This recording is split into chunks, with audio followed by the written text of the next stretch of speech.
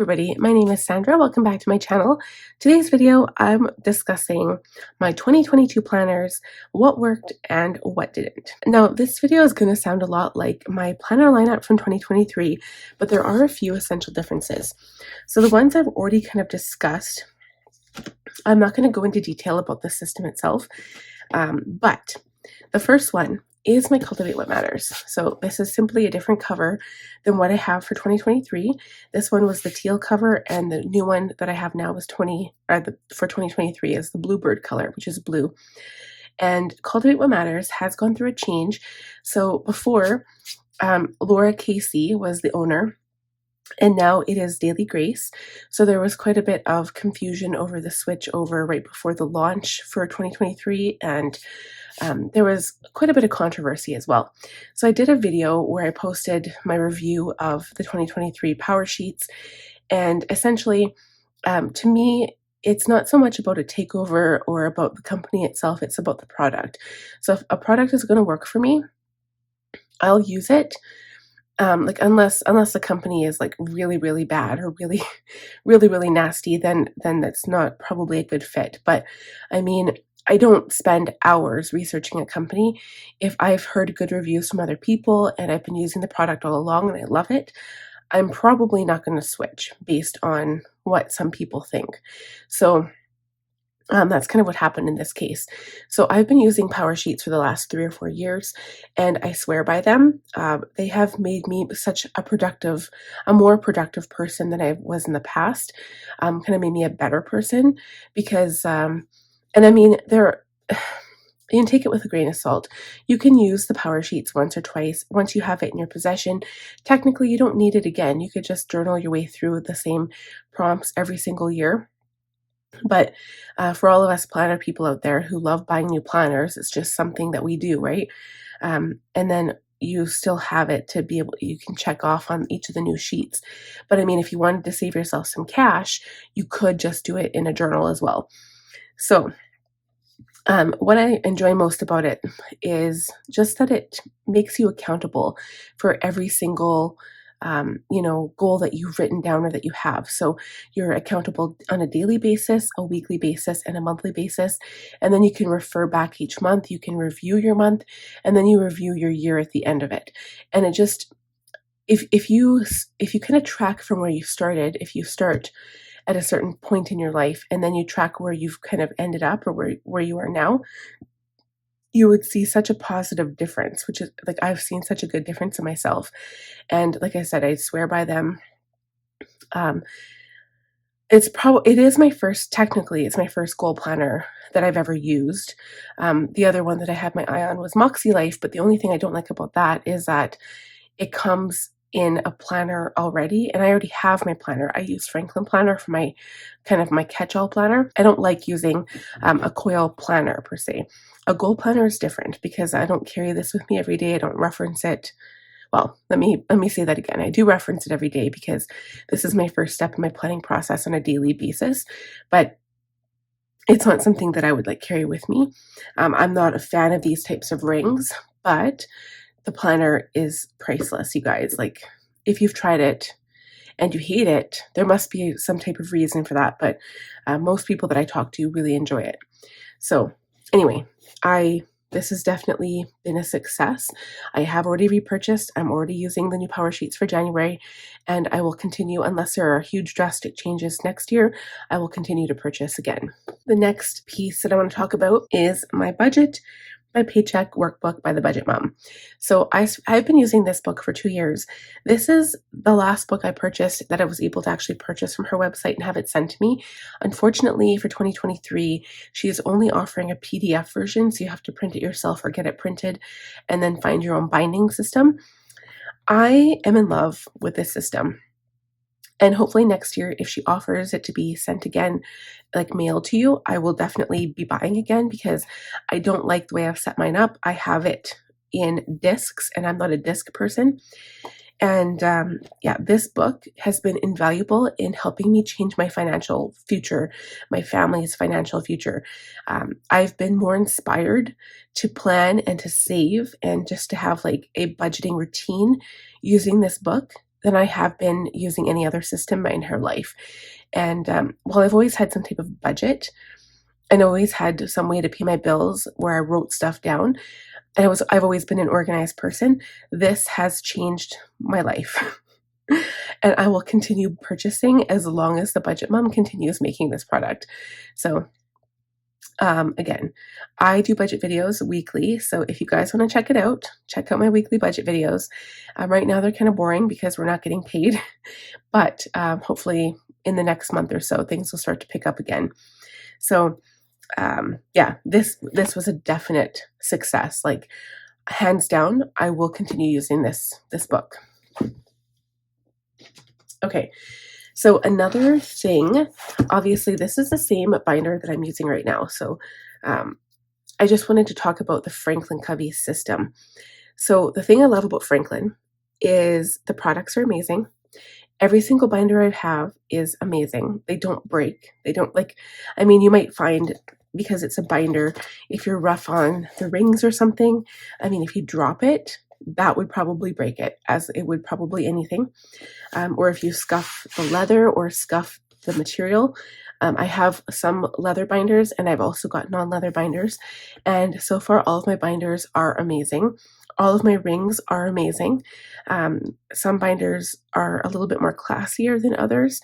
I find the Teresa Collins collab with Franklin Planner, those are some of my favorite binders, even though they're not leather. And then the other favorite binders I have are the Vintage Auroras. They're my hands down absolute favorite binders. So the thing I love about Franklin is that you can customize it. It's a binder. You can get yourself some dividers and you can customize your planner to however you want it to look. It can look different with different decor every month. Myself, I change out my binder every month. So that's why you'll still see this binder, because I'm filming this video at the same time.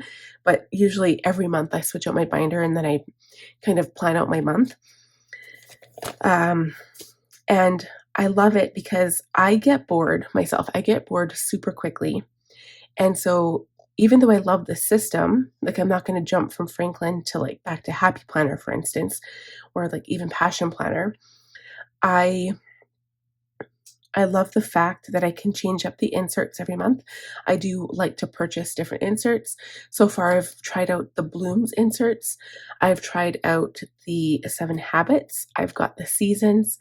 And I also, what else do I have? Oh, right, the Flora. That's the one I forgot to mention in the last video. The Flora inserts from last year were probably my favorite. The color scheme this year, I don't really love as much. But I did want to go back to inserts that had like this schedule, because I'm going to have lots of doctor's appointments coming up with my new baby. So I wanted to have this type of schedule. And I like the fact that the 7 Habits goes from 7 to 9. Some of them, I'm pretty sure the leadership one goes from like 6 to 10, which is even better, but I just didn't like the leadership one as much. But yeah, you can still, like, I can still put in 6 to 10 if I want to. For that matter, I could do 5, 6, and then 10, 11, midnight if I wanted to as well.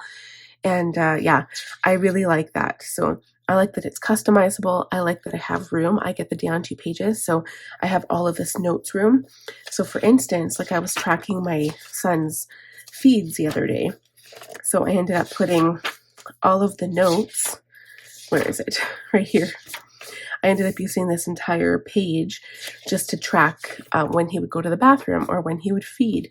So it was essential for being able to write that down, because I could write it down on the day of, and it was perfect instead of writing it in my journal or something.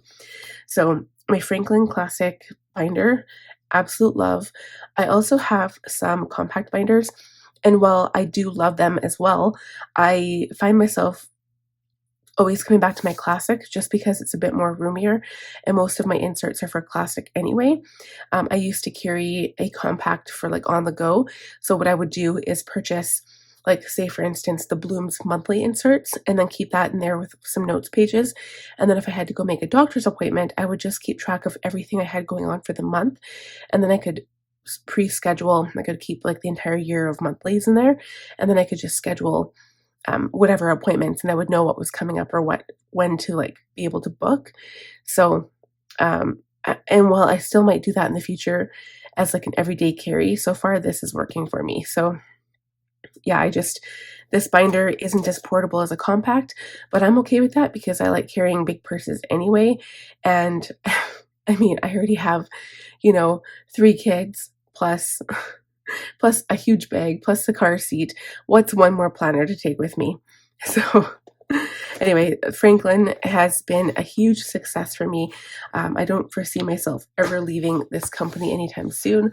I could never imagine leaving Franklin to go back to Happy Planner, for instance. It just isn't my jam. And yeah, I'm so in love with this system that I have. And I actually did relabel my dividers for 2023. So maybe I'll link that video if you want. You guys can see the whole setup process.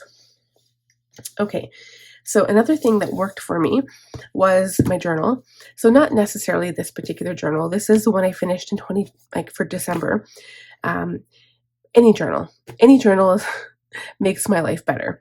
And I have a bazillion. I'll actually link maybe my playlist for journals.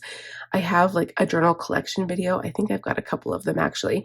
And these aren't bullet journals. This is just like a lined journal where I write down my thoughts. I attempt to journal morning and night. Morning is for intentions and for like thoughts and ideas that I have for that day or for that week. And then the evening is meant for reflection. But a lot of times I feel like I don't have time in the evening, especially since I brought home my third child. I have been meaning to add it to my night routine, and it technically is added to my night routine on paper. I just haven't established it yet. But it's something that I have, started and stopped over the years, and it's definitely beneficial because then if you only write one journal entry a day, I find that your entry is much longer than if you were to do it in the morning and in the evening. But I mean, I wouldn't, if you're not used to journaling even once a day, I would not pressure yourself to do that. I do it because it's something I've always done pretty much since I could write. And yeah, it makes me a better person, I feel. Definite success. I will never be without a journal. Okay, the last thing that I want to talk about is my bullet journal. So for those of you who watch my channel, I started my YouTube channel with my bullet journal. Okay, technically I started this channel with my makeup videos, but I have since switched to a new channel for that. So that one's strictly makeup. And now this one is everything to do with planning or maybe even art, bullet journaling. So anything with art and planning. And then I can add a whole bunch of other stuff on there like productivity and YouTube, business, online stuff. But this is kind of where it all started. So this one is only from September to December of 2022. I used to want to be able to go January to December in one journal, and I couldn't because I used so many different spreads in my journal. When I first started out, I had everything in my bullet journal. So I had my schedule, my to-do lists, everything. I did not use my journal the way Ryder Carroll kind of established the bullet journal system. I tended to follow more along the lines of Amanda Rach Lee. So I would use it as my schedule, my artistic component, because I didn't really have time to do artistic stuff out of work or anytime. Like when I wanted to do it, I would always find myself doing other things. So I would kind of bring it into my bullet journal. And I have a huge playlist for every month that I did a bullet journal setup. This is the first time for the first year for 2023 that I am not going to be using a bullet journal. And it makes me a little sad because I feel like I'm a little lost without it. And honestly, it was just basically double the work because I would pretty much do the same things in here that I would do in my planner. The only thing I find that I'm missing is doing my mood tracker, which I still could technically do in my planner. I just haven't done that. I used to track my weight in here, my mood tracker, and my habits on a visual. So in my planner, I track my habits like on a grid type of system, but it's not quite the same as my bullet journal. And the biggest downfall of my bullet journal was, I guess, how much time it would take. So in the beginning, when that's all I was doing, it wasn't really an issue. I only had my son when I first started it, so it was super easy. He was already like 4 years old, and he was pretty easy to watch, and it was just the one kiddo. And then when I had my daughter, I continued doing bullet journaling, but some of my spreads, like a couple of times I did like watercolor in my bullet journal or acrylics, my spreads could take up to 5 or 6 hours to film. And it just was such a time consuming event because not only did I have to film it, I also still had to edit the video. And that seemed to take forever. And then, not to mention the time I would spend every morning going through my bullet journal setup, just tracking everything that I had to track, writing stuff down. There were times where I would do like dailies. So every single page would be like a new day, and I would write kind of like Ryder Carroll style, if you will, like point form. And I would use the points he designated as like, tasks, appointments, to dos, all that kind of thing. And I would follow that to an extent, but I would also have Amanda Rach Lee type spreads in my bullet journal as well. And I really liked bringing the artistic side of me to my bullet journal, to my planner, and it was such a great idea, and it still is. And I love watching other people bullet journal. I think it's just fantastic, the ideas people come up with. But for me, as of now, because I have my own business, I have a blog that I write 2 blogs every week, sometimes one a week. I have a sticker shop on Etsy, and I have my YouTube channel where I film videos for my planner system and my budgeting, and also for my makeup channel as well. So I feel like, especially with 3 kids added to the mix, I just don't have the time to focus on a bullet journal. And this year, specifically, one of my goals is to start doing art projects outside of planning. So I used to be, I guess, an avid drawer and painter. I would I used to do portraits a lot, actually. It's not my favorite thing to do, but I can do portraits really well with pencil. And one of my favorite things to do is either paint with acrylics or use colored pencils to draw like really colorful fantasy worlds and fantasy pictures.